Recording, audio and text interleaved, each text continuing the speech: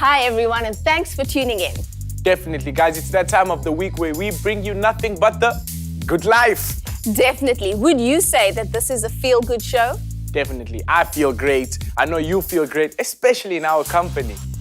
So sit back for the next 30 minutes. Relax, put your feet up because today's show is going to be delicious. And while you kick back, Lucia is going to tell us more. Today on 54, we bring you highlights from the awesome Coffee and Chocolate Expo. And in studio with us, top professional chef, Melicia Hoskings. She's amazing in the kitchen, but we had a challenge of our own for her. Did she make it to the top? You've got to stay tuned to find out. Lucia, is it just me or does everything just look too good to be true? Well, your taste buds are certainly going to get going. It already has like coffee and chocolate. Classic remedy, guys. Probably one of the best remedies in the world. Well, you're not the only one who believes that. You guys have to see this.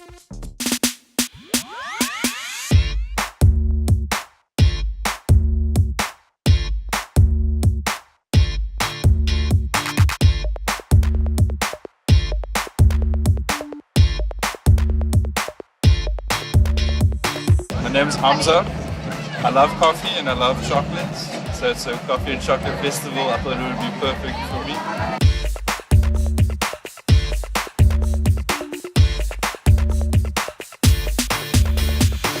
So my name is Wayne Oberholzer. I'm from the Portland Project. I'm the current South African Barista Champ for 2016. Coffee has exploded in South Africa. Over the last 10 years, we've seen a massive rise in the quality of coffee in cafes, even at home and in our offices. To do what the South African market has done in 10 years has taken cities like Melbourne and London 20 years to do. So although we're behind them in certain aspects, in many aspects, we're far more ahead.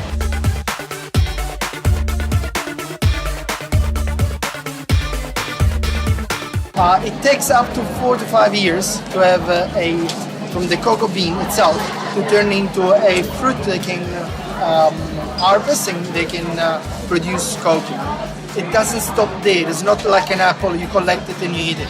The beans needs to go through a long series of processes. They need to be collected, they need to be fermented properly, it takes about 6 days. And then with a very strong and hard work, they need to dry in the sun for another 5 to 6, up to 8 days, depending on the weather. After that, all those bags get collected in 65 kilo bags. That's where we come on board. They bring it to the port of Dar es Salaam. We buy directly from them and we bring it to Cape Town.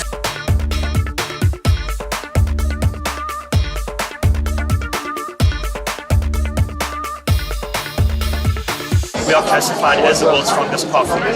What we've got today is we've just launched a new product that's called #Black Nitro. So what we do is we make a cold brew. The cold brew is something where you grind coffee, soak it in water for 24 hours overnight. It draws the flavor and it draws the caffeine. Then what we do, so this is what cold brew looks like. Then what we've done is we've been able to flush it with nitrogen.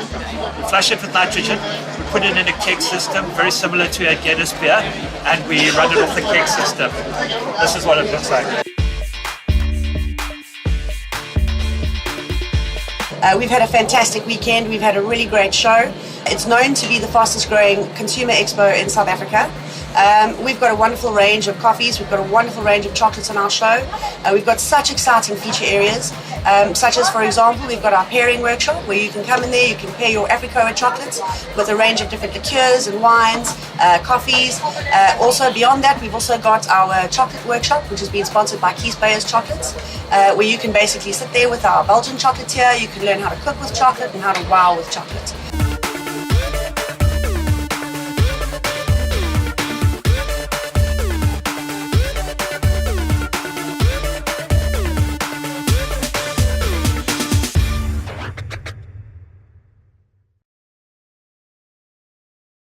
In the industry for 9 years as a chef, she has had a passion for cooking from a tender age and then went on to eventually obtaining her honors in hospitality management. That's not all. Recently, she obtained 3rd place as the Unilever Chef of the Year. She is none other than Melicia Hoskings. Tell us, when did your love for cooking start? Well, I think it came very early, just didn't know it yet. So I started experimenting at about 10 years old, making my pasta for the first time by hand. And just loved doing it, but didn't understand that this could actually be a career or a focus that I would like to go into. So I started with going to study law first because most of my family are legal and attorneys, and so I thought that's the most natural progression for myself. And figured out after first year of law that this is not for me. It's completely boring, completely hands-off. Sorry to all the, the lawyers out there, I'm sure you're doing a great job. But for me, it just wasn't my cup of tea. So I had to do something that I was passionate about if I was going to do this for the rest of my life. And so kind of deregistered before I told my parents and pursued to look for what I could study in terms of hospitality and becoming a chef. Found that out, registered for it, and then broke the news to my parents. And it was quite funny because my brother broke the ice at that point, saying from Judge Judy to Jamie Oliver. And that was a good transition. I think we liked that. And and as we went along, it was just, I could see the passion rising inside of me. And I think when you love what you do, you never work a day. And that's been really what it has been. I've never worked a day in my life, although it's been hours and 20-hour shifts sometimes. But because of my love and passion for it, I think with everyone that has a passion, you just continue to develop that and you just love it, and every day is a blast. That's amazing. So you said you started cooking at 10. Which meal was the one you're like, okay, I want to make more of this every day of my life? I think I come from an Indian background. So I think you taught at an early age to cook and do those things. So I did a lot of Indian food at that stage, but then I would get recipe books and look at some of the ingredients that were there, scouted my kitchen, see if there's any of those ingredients. And one day my parents actually did go out and I finished off with a lasagna when they came back with handmade pasta from scratch. So that was one of the first things I actually made, without any help. Clearly, amazing. that's talent. Yes. You leave me with pasta, you're probably going to come back eating pancakes or something. That's just how bad it is. And you say you teach hospitality, Yes, I do. About 2 years ago, I got offered the job to teach at the College of Cape Town and just teaching how to cook and the theory concept behind it as well. So the theory of where it comes from, what do you do, and how do you, just be able to improvise on your feet, think on your feet. And then obviously the practical aspect, which I love, because I didn't think I would ever move away from a kitchen environment. So this was a really good opportunity because I found that hospitality is so versatile. You can do anything, you could be anywhere. And that was a great concept for me to get into a kitchen and also give back what I've already learned and be able to teach someone else. And I think the kids are so great to work with. And you can see so much of passion, which really gives you more of a passion to want to do this and teach them well. You are, of course, inspiring and equipping so many children and students. Who inspires you? Well, I think there's many people that inspire me. I think I look back and definitely my mom at first because she was very much into cooking technique. She would try different things, buy different ingredients. So I think from that concept of growing up with her and learning from her inspired, me wanting to do the same. And then as I got into my career, chefs like Gordon Ramsay, just looking at different restaurants and places he's worked, and I've had the privilege of working for a restaurant for him. So it's been really great to look up to great chefs that have a very long career. And I think they inspire me the most because of their passion. It's not so much about skill sometimes, just your passion and your perseverance is really important. This is a very important question. How do you mix cooking with faith? Okay. I think in a cooking environment as a chef, I think you go through a lot of processes where it's not the easiest thing to be in an environment where it's a fast-paced, long hours. You'll see the chefs on TV and you can hear their language and, the aggression sometimes. So it was very hard to be a Christian in the environment, in a chefing environment, and actually be open to that and be out there about it. So very often when I first started, I wouldn't say that I was Christian. I would just be, confined. And it was, I think, at first, as you a young Christian, and that's what I was at that stage. I think you're always growing in your journey. Yes. But at that stage, you have so many challenges to deal with, and you don't want to really bring it out there and say, hey, I'm Christian and this is what I believe in, because you don't want to be persecuted and say, oh, this is the Christian girl that's here and she's always going to Jesus this, Jesus that. And I really didn't want to be that person. But I realized as I grew in my faith and being in industry that it actually needs for you to be strong on the inside. And so I learned that, and you don't always have to go out there and proclaim who you are, but you need to show who you are. Yeah. So I never used language in the kitchen. I never screamed at anyone. I dealt with everyone with lots of grace and help. So I think people by nature figured, hey, this girl is Christian. And then they would ask my story. And that helped to actually not say I'm Christian, but show that I am. And that really helped with my journey in terms of a kitchen as a chef, because I learned to just be, I don't need to be like everyone else. And I think that's what's great about being Christian and being in any environment. You really have to be yourself. And God's created us this way to be unique and talented in our own way. And I think I really understood this years later, not at the very beginning, but years later, because you always want to belong. So it's very hard to be yourself in a place where you maybe don't belong sometimes. So it's really shown me that I could just be me, be Christian, be loving Jesus at the same time, and maybe just slowly infusing my nature, my culture into the culture of my work environment. And later on, it's just evolved, and people know that I'm Christian, and they don't use language in front of me.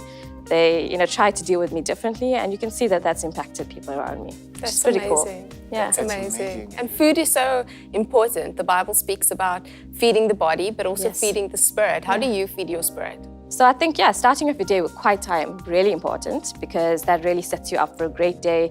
You've got good understanding, and I think God just reveals himself sometimes in the quiet times, not so much in your busyness. Yeah. And you really need to be, really connected to do that. And I find that is the only way. Okay, so from a chef to another upcoming chef, what would your advice be? I think passion is everything. I think what I tell my students is before they could actually pursue this, this career, I think that the first thing they need to do is have complete passion. You don't need to be highly skillful, because passion drives skill. You can actually want to learn, want to develop your skills. So I think passion and consistency and just being true to yourself and what you want to cook and which area you want to be in. So that's it, passion first. I'm gonna learn how to cook. As you can see, I'm gonna grow a passion, because the easiest thing I could make is probably like bread and butter. That's like my Bread's expertise. Good foundation. That's we all start that's the somewhere. safe one. So what's next for Melicia? I don't know. I think I didn't expect to be teaching for this long, so it was just an avenue I decided to go into.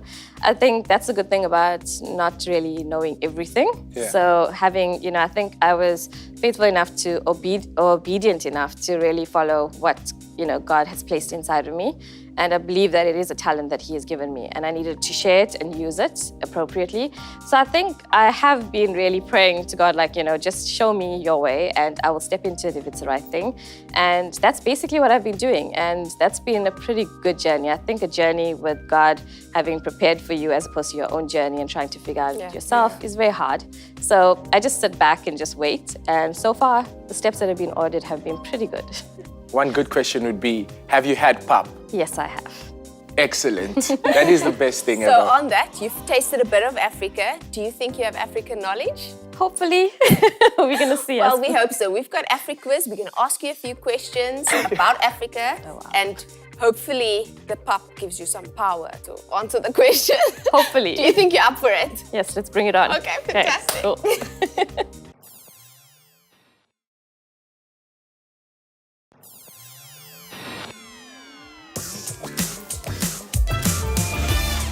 We all know Africa is the second largest continent in the world, made up of 54 countries. So choose a piece representing a couple of countries and fit it into the Africa puzzle.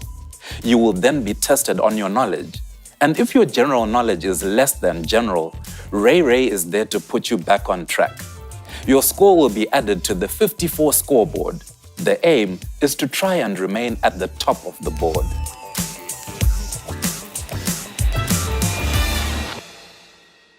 So Mal, you know the drift. Yeah. The trick to answering these questions is getting through it in 60 seconds. There's 10 questions. If you don't know the answer, Ray over here will give us clues. If you still don't know the answer, you can just hit pass and we go over to the next question. Cool. My question is, are you ready? Ready as can be. Gan, you said it. We're gonna give you a puzzle to choose. And let's just go for that. Okay. I think we're gonna go with this one. Okay, sweet. This one over here, one of the countries will be Ghana. Okay. So I hope you're ready for that. Okay, let's go for it. You just put this back here. Once again, are you ready? Yes, let's go. Ray, are you ready? I'm ready. Hit me with the numbers, man. 2, 1, go. Okay. Because of the abundance of a very valuable resource in Ghana, what did the British name their new colony? Is it Diamond Coast, Ivory Coast, or Gold Coast? Gold Coast. Correct. What does the word Ghana mean? Power to the king, warrior king, or King Kong? Second one. Correct. What is the capital of Ghana called? Accra, Bokra, or Kasi? Third one. Incorrect. What is the official language of Ghana? Kwahi, English, or Ghanaian? First one. Incorrect. Come on. One of the largest man-made lakes is in Ghana. Please name it. Lake Chad, Lake Volta, Lake Asombo?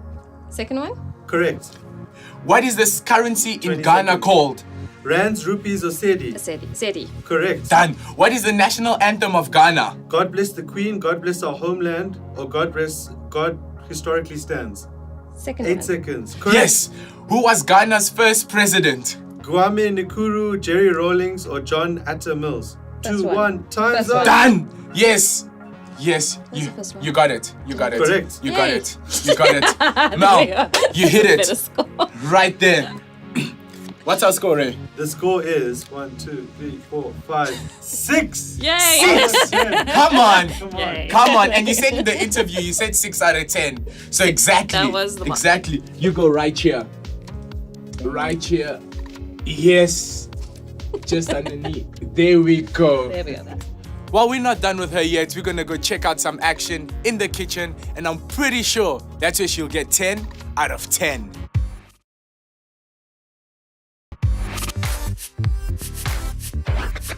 We are in the kitchen with the beautiful Melicia. This is her playground and she's going to be making something so tasty. I'm excited. Everyone's excited. Marv is not. He's jealous that he can't be here with us. But this is about the girls and the girls are going to make something great. What are you making today? Okay, so I'm doing a classic French dessert. I'm doing a bit of a variation on it. It generally has a sponge cake. It's got strawberries, generally a cream or a pastry cream. But today we were working it out, changing it up, and it's now going to be chocolate mousse, which I'm sure everyone Ooh, would that love. sounds great. What ingredients do we need? Okay, so firstly, we definitely need chocolate. Okay, so start with lots this of chocolate. This is a different type of chocolate that we require because it melts easier. And some garnishing that we have, which is little chocolate balls. We have some sugar. Okay, some bit of sugar. Some raspberries and strawberries for the decor. Some gelatin that it actually allows you to set. Some eggs that we're going to be using, and some chocolate that we've already melted. Okay, so that's basically what our ingredients Then are. what is this? This is actually a sugar syrup that we're going to be using to moisten our sponge cake. That is a really cool pastry chef technique that Okay, we can cool. have, and I'm going to show you how to do that.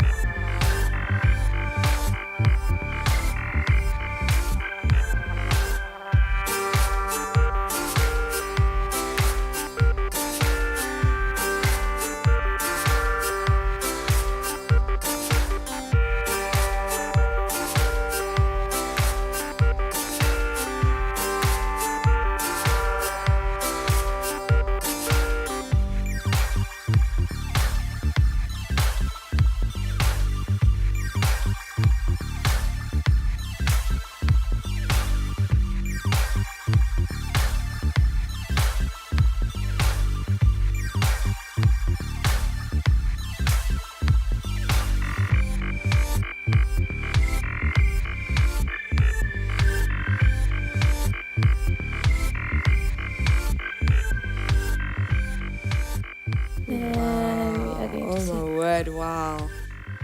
Okay, That looks amazing. so that's really what we're going to go for. Oh, that looks amazing. So now you have a torte that's ready to go, and now we're going to do the fun part of just definitely decorating it so that we have the crowning glory of beautiful fruit and cream. So Right. quickly, we're just going to take this cream and just whip it up just a little bit more, because you can see this consistency won't hold up for a piping. Yes. Okay, so we want it to be definitely a bit more pipeable. Okay. And by doing that, I'm just going to go in here and just do a quick beat.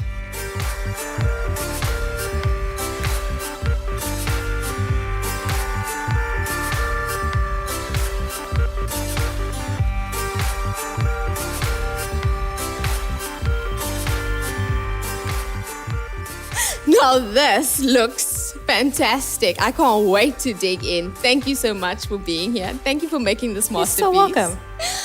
This looks amazing and I can't wait to indulge. The lovely part about having chefs on the show is we get to dig in. If you would like the recipe for this lovely treat, then please pop us an email. You can go to 54@oneafrica.tv or go to our Facebook page at www.facebook.com/54-show. And don't forget to go to our website at www.oneafrica.tv.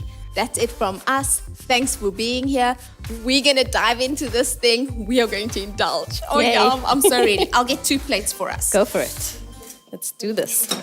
Oh, no. Oh, my word. Look who's here. Look who's here. So I guess it's 3 plates. Yeah. 3. So we do all the hard work and you pretty much come in for the Yeah, kill. you just dig in. Oh, my word. To eat. Yeah.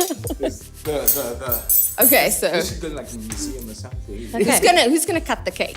Is it you? You do the Do you wanna cut honors? it? No? Okay, I'll go for Let me it. cut it. Okay, so let's hope we get a great Okay, cut from let's this. see. Ooh. Okay, so we're gonna go try to get into the Oh my center of gosh. the strawberry. That looks so good. Into the middle. That looks delicious. Oh my word! And here comes the slice. Marv, are you ready? This is art. This is not a cake anymore. Is this not a cake? Oh, let's hope we can get out of here. There we Oh go. wow, that looks amazing. Straight down. Can we give it some more There, go for it. Add another Artistic. strawberry to that. artistic Go stuff? for it. Add your touch. Right there. This is. I learned a lot today. I'm a Looks chef like today. you're an expert now. Mustn't I sprinkle something? I Oh, we think need another plate. Oh my gosh. there we go. It's not. Oh my word! I nearly I think stabbed you. that's. Should we go for another one? We need more garnish. There we go. Oops. Definitely. Garnish. That looks so good. There you go. Oh, sideways. There we go. Yeah, Either obviously way. the Marv. That's what happens to Marv's one. Mobs. Add some creativity on Oh, that. you need You also you want need some more stuff. Oh. You can have that one. Oh, wow. No Marv. Okay, no Marv. What is your favorite? That is the Top of a strawberry. that wasn't good. That A was, leaf. We need something healthy in there. okay, Oh, yeah, that- we have forks. Oh yeah, wait. We need to give you some chocolate balls. There we are. There we go. Great. Yay. So are we digging in?